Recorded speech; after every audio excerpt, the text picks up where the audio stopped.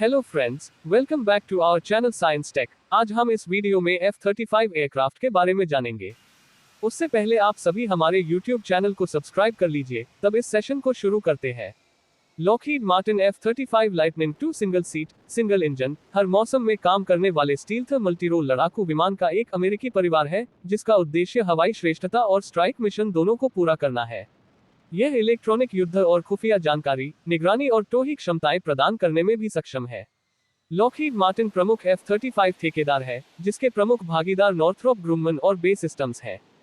विमान के तीन मुख्य प्रकार हैं: पारंपरिक टेक ऑफ और landing (CTOL) F-35A, short take off और वर्टिकल लैंडिंग (STOVL) F-35B, और वाहक आधारित CVC-ATOBAR F-35C। विमान लॉकहीड मार्टिन X-35 से उतरता है, जिसने 2001 में बोइंग X-32 को हराकर जॉइंट स्ट्राइक फाइटर (JSF) कार्यक्रम जीता था। इसके विकास को मुख्य रूप से संयुक्त राज्य अमेरिका द्वारा वित्तपोषित किया गया है, जिसमें उत्तरी अटलांटिक संधि संगठन (NATO) के कार्यक्रम भागीदार देशों और United Kingdom, Australia, Canada, Italy, Norway, Denmark, Netherland और करीबी अमेरिकी सहयोगियों से अतिरिक्त धन शामिल है। पूर्व में तुर्की कई अन्य देशों ने भी विमान का ऑर्डर दिया है या ऑर्डर देने पर विचार कर रहे हैं। कार्यक्रम को इसके अभूतपूर्व आकार, जटिलता, बढ़ती लागत और विलंबित डिलीवरी के लिए आलोचना का सामना करना पड़ा है। विमान के समवर्ती उत्पादन की अधिग्रहण रणनीति, जबकि यह अभी भी विकास और परीक्षण में था, ने महंगे डिजाइन परिवर्तन और रेट्रोफिट का नेतृत्व किया। F-35 ने पहली बार 2006 में उड़ान भरी और जुलाई 2015 में यूएस मरीन कॉर्प्स F-35B के साथ सेवा में प्रवेश किया। इसके बाद अगस्त 2016 में यूएस एयरफोर्स F-35A और फरवरी 2019 में यूएस नेवी F-35C के साथ सेवा में प्रवेश किया। विमान का इस्तेमाल पहली बार 2018 में इजरायली वायुसेना द्वारा युद्ध में किया गया था। अमेरिका ने 2044 तक 2456 F-35 खरीदने की योजना बनाई है, जो कई दशकों तक अमेरिकी वायुसेना, नौसेना और मरीन कोर के चालक दल के सामरिक विमानन के बड़े हिस्से का प्रतिनिधित्व करेगा। इस विमान को नाटो और अमेरिका सहयोगी वायु शक्ति की आधारशिला बनाने और 2070 तक संचालित करने की योजना है। F-35 संयुक्त स्ट्राइक फाइटर (JSF) कार्यक्रम का उत्पाद था, जो 1980 और 1990 के दशक के विभिन्न लड़ाकू विमान कार्यक्रमों का विलय था।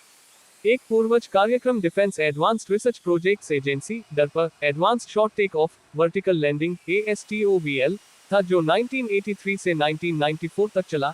ASTOVL का लक्ष्य यूएस मरीन कॉर्प्स (USMC) और यूके रॉयल नेवी के लिए हैरियर जंप जेट रिप्लेसमेंट विकसित करना है। ASTOVL के वर्गीकृत कार्यक्रमों में से एक, सुपरसोनिक STOVL फाइटर (SSF) के तहत, लॉकहीड स्कंक वर्क्स ने अमेरिकी वायुसेना, USAF और USMC दोनों के लिए एक गुप्त सुपरसोनिक STOVL फाइटर के लिए अनुसंधान किया। खोजी गई एक प्रमुख तकनीक शाफ्ट चालित लिफ्ट फैन (SDLF) प्रणाली थी। लॉकहीड की अवधारणा एक एकल इंजन वाला कैनार्ड डेल्टा विमान था, जिसका वजन लगभग 24,000 पाउंड 11,000 किलोग्राम खाली था।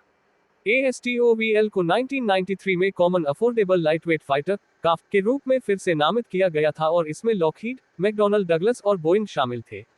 1993 में USAF के मल्टी रोल फाइटर (MRF) और US navy (USN) advanced fighter attack (AFX) कार्यक्रमों को रद्द करने के बाद संयुक्त उन्नत स्ट्राइक टेक्नोलॉजी (JAST) कार्यक्रम सामने आया।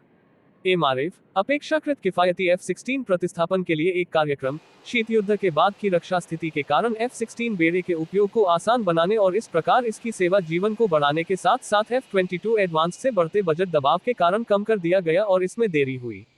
सामरिक लड़ाकू ATF कार्यक्रम AFX, जिसे शुरू में एडवांस्ड अटैक AX के नाम से जाना जाता था, 1991 में A6 प्रतिस्थापन के लिए एडवांस्ड टैक्टिकल एयरक्राफ्ट ATA कार्यक्रम के लिए यूएसएन के फॉलो ऑन के रूप में शुरू हुआ। ATA के परिणामी A12 एवेंजर 2 को 1991 में तकनीकी समस्याओं और लागत में वृद्धि के कारण रद्द कर दिया गया था।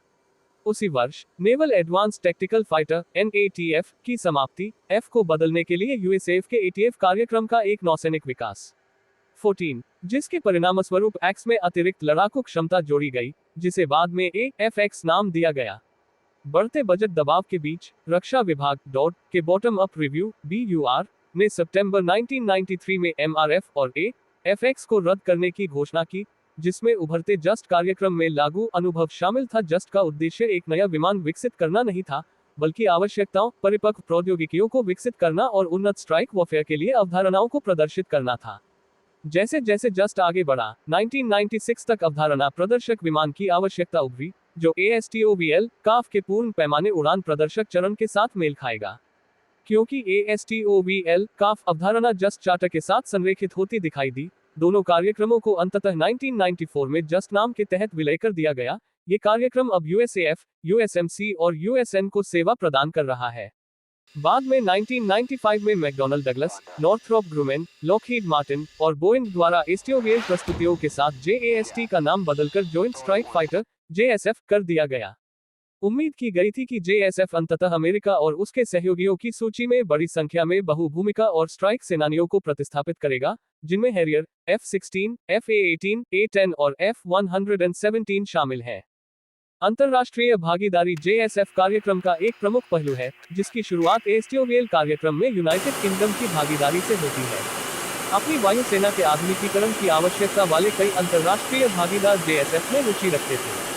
यूनाइटेड किंगडम 1995 में जस्ट JSF में एक संस्थापक सदस्य के रूप में शामिल हुआ और इस प्रकार JSF कार्यक्रम का एकमात्र टियर 1 भागीदार बन गया।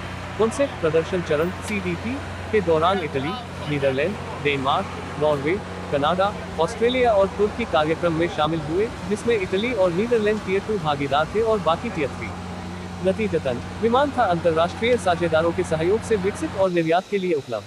पहले F-35A AA-1 ने सितंबर 2006 में अपना इंजन चलाया और पहली बार 15 दिसंबर 2006 को उड़ान भरी। बाद के सभी विमानों के विपरीत AA-1 में स्वॉट से वजन अनुकूलन नहीं था। परिणामस्वरूप इसने मुख्य रूप से बाद के विमानों के लिए सामान्य उप प्रणालियों का परीक्षण किया, जैसे प्रणोदन, विद्युत प्रणाली और कॉकपिट डिस्प्ले। इस विमान को दिसंबर 2009 में उड़ान परीक्षण से हटा दिया गया था और इसका उपयोग NAS चाइना लेक में लाइव फायर परीक्षण के लिए किया गया था। पहला F-35B BF-1 11 जून 2008 को उड़ा, जबकि पहला वजन अनुकूलित F-35A और F-35C AF-1 और CF-1 क्रमशः 14 नवंबर 2009 और 6 जून 2010 को उड़ा। F-35B की पहली उड़ान 17 मार्च 2010 को हुई, इसके अगले दिन इसकी पहली ऊर्ध्वाधर लैंडिंग हुई। F-35 integrated test force ITF में एडवर्ड्स एयर फोर्स बेस और Naval Air Station Patuxent River पर 18 विमान शामिल थे। एडवर्ड्स में 9 विमानों, 5 F-35A, 3 F-35B और 1 F-35C ने F-35A लिफाफा विस्तार, उड़ान भार, भंडार पृथक्करण, साथ ही मिशन सिस्टम परीक्षण जैसे उड़ान विज्ञान परीक्षण किए।